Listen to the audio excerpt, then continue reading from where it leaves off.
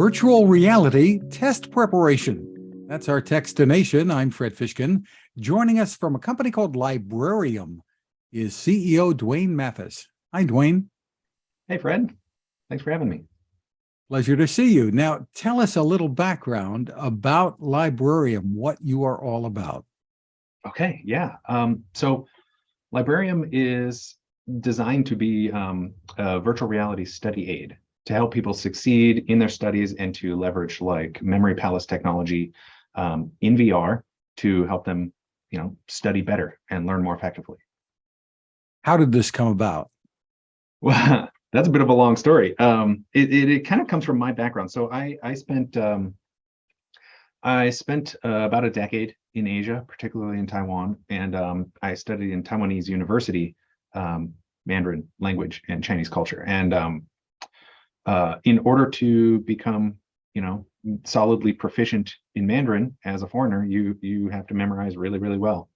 And so I sort of learned a bunch of memory palace techniques and this kind of thing, and got really deep into the science of learning, and ended up becoming fluent and literate and all that. And then, that kind of stuck with me. And during the pandemic, I was studying for a business degree, from home, and I ended up testing out of every single class, and I did that by using memory palace techniques and whatnot. And particularly while I was studying for economics, I was kind of like, I was trying to make this memory palace in my mind of like, how do I walk around a visualized version of my house and see something like the Gini coefficient, for example. And the Gini coefficient is a curve, a graph of a curve that represents wealth inequality at the like national level. And I'm like trying to think, man, what is the, it's easy when you're trying to remember a shopping list or a single item like a vocabulary word or whatever, but something abstract like this is difficult. And so I thought of the zucchini. A zucchini is curved like this Gini coefficient curve, and it is and it rhymes with genie, and it's kind of like the big green weenie that you get when you have out of control wealth inequality. And so I thought, okay, I'll visualize myself walking through my house and see a zucchini, and I'll remember Gini coefficient. And so and then I thought, well, I should just make a tool for myself in VR. That would be even easier and better. And then I just started to kind of like put it together in my head. Like, I think the world could really benefit from something like that. Memory palace takes a lot of, discipline, and you have to kind of train yourself to use it effectively and whatnot. But if you had a tool that just sort of did the heavy lifting for you, then everyone could benefit from it. And so I started making it, and Meta, they really loved it. They greenlit it for the store and supported me kind of the whole way. And now we're here. Tell folks a little bit more about this phrase that you've used a few times here, memory palace. Sure. So memory palace it's a concept that's been around since the time of Socrates, right? It's like 2,000 years old. It's a technique for improving memory retention, particularly around having to remember like lists of things.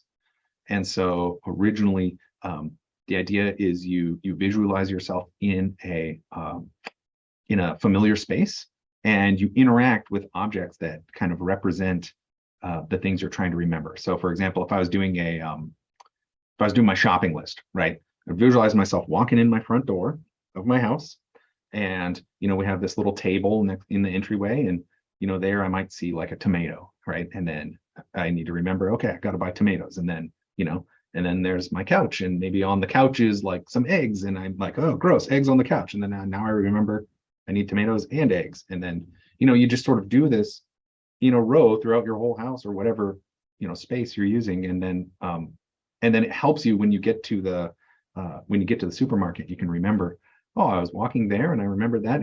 What it does is it leverages your spatial reasoning, right? When you lose something, people always say like, well, where were you? Do you remember? Retrace your steps. How did you get to the point where you lost the thing, or whatever. And so that's a way that humans remember. We're really good at like remembering where we were, or what was around us, or whatever. And so yeah, so this technique's been around a long time, and it's a matter of like, you can train yourself to use it pretty effectively. But yeah. Terrific. So now tell us about what you are doing with it, with Librarium. Sure. So Librarium is pretty heavily gamified, and so the idea being that I come from a video game industry background, and so does the rest of my team, and so we really feel like there's a lot of value in gamification of education, particularly when it's designed with a really clear intent by game designers, by people who are used to like driving engagement and making things fun, right? And so what Librarium is, it's think of it like studying for the SAT at Hogwarts. It's this kind of like fantasy styled library, and there's a whole backstory that you can uncover, and like secret rooms and all sorts of things. And the idea is you study in that library your content, which you can create via the phone, or you can use it kind of like Quizlet, where there's community decks that people have made. Most of the stuff made by the community is out there. We have thousands of different topics and things that people have created, and you can pick up any of those and load them, and then it basically uses that library as a memory palace. It spawns individual objects like the zucchini, or all sorts of different things around the space, and then you walk around and you pick them up and you see a flashcard. So if I picked up the zucchini, I would see like Gini coefficient, and then I can pull the trigger to flip the card, and then it'll say, a curve representing wealth inequality among nations, And then we have like mini games, so you can pick up what we call the fact blaster. It's this like ray gun, and it creates a multiple choice quiz that you can use to like, test your knowledge and that kind of thing. And so it can really be used for any topic. That's really what we're trying to go for, is that it's general enough that anyone can use it for whatever they're studying.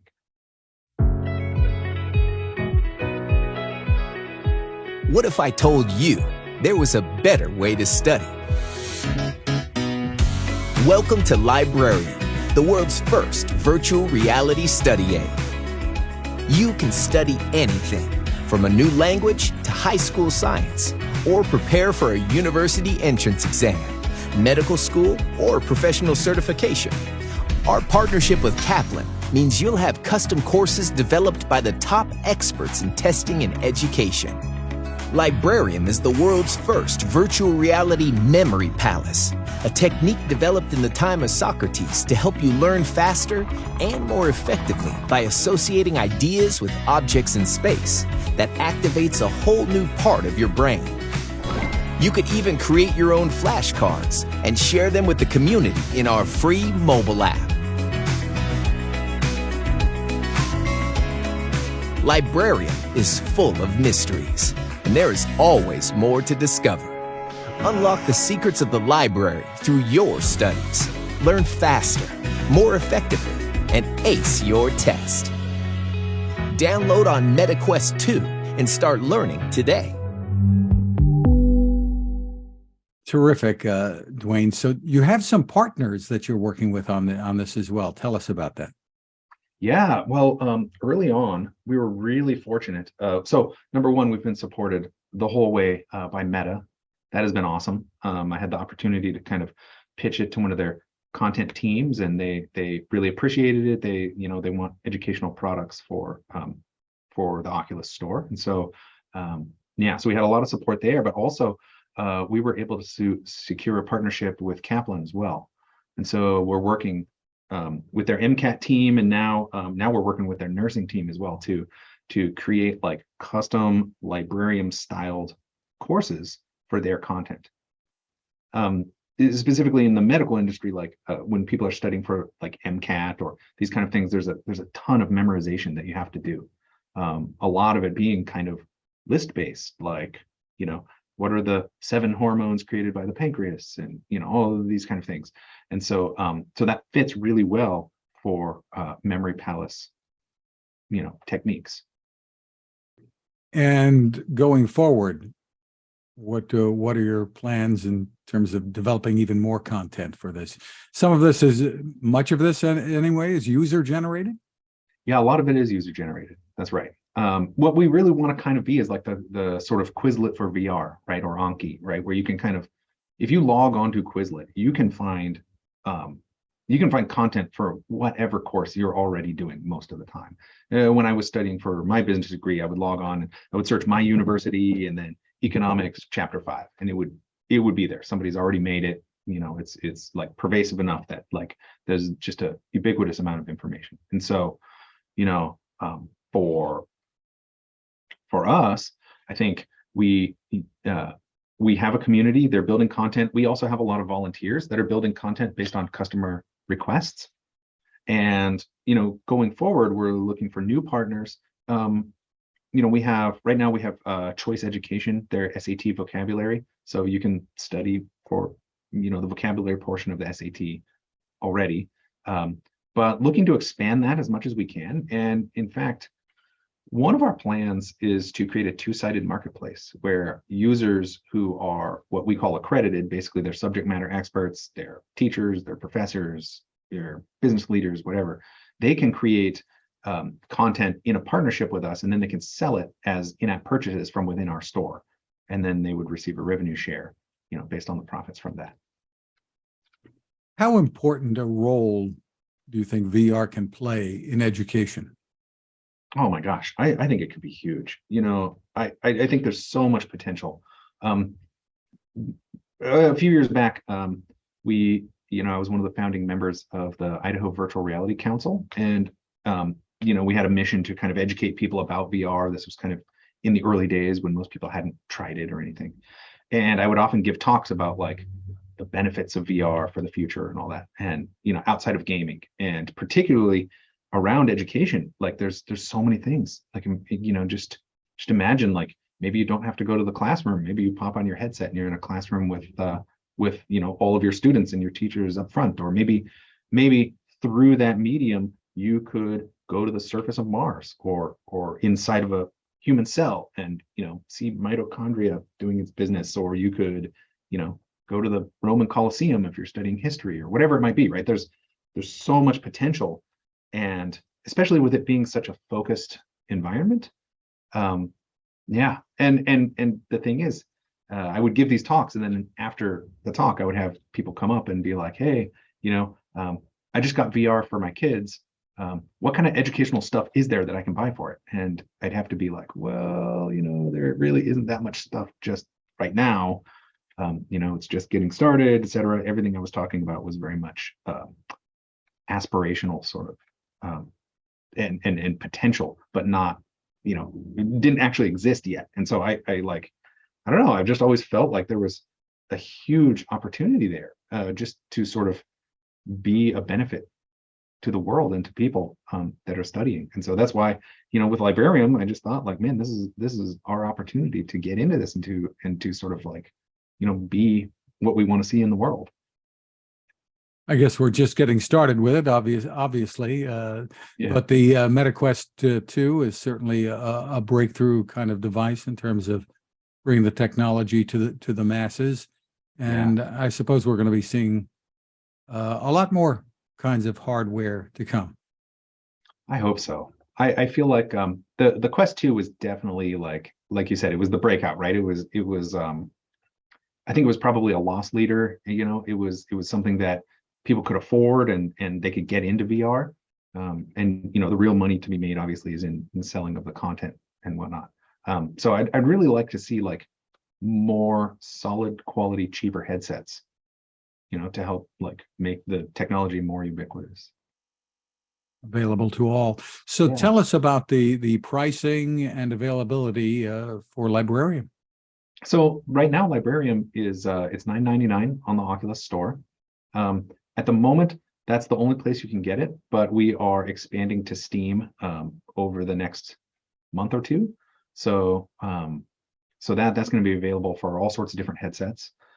For users in China, we have a partnership with a headset manufacturer called YVR, and so we are just about to release our Chinese version in the next couple of days.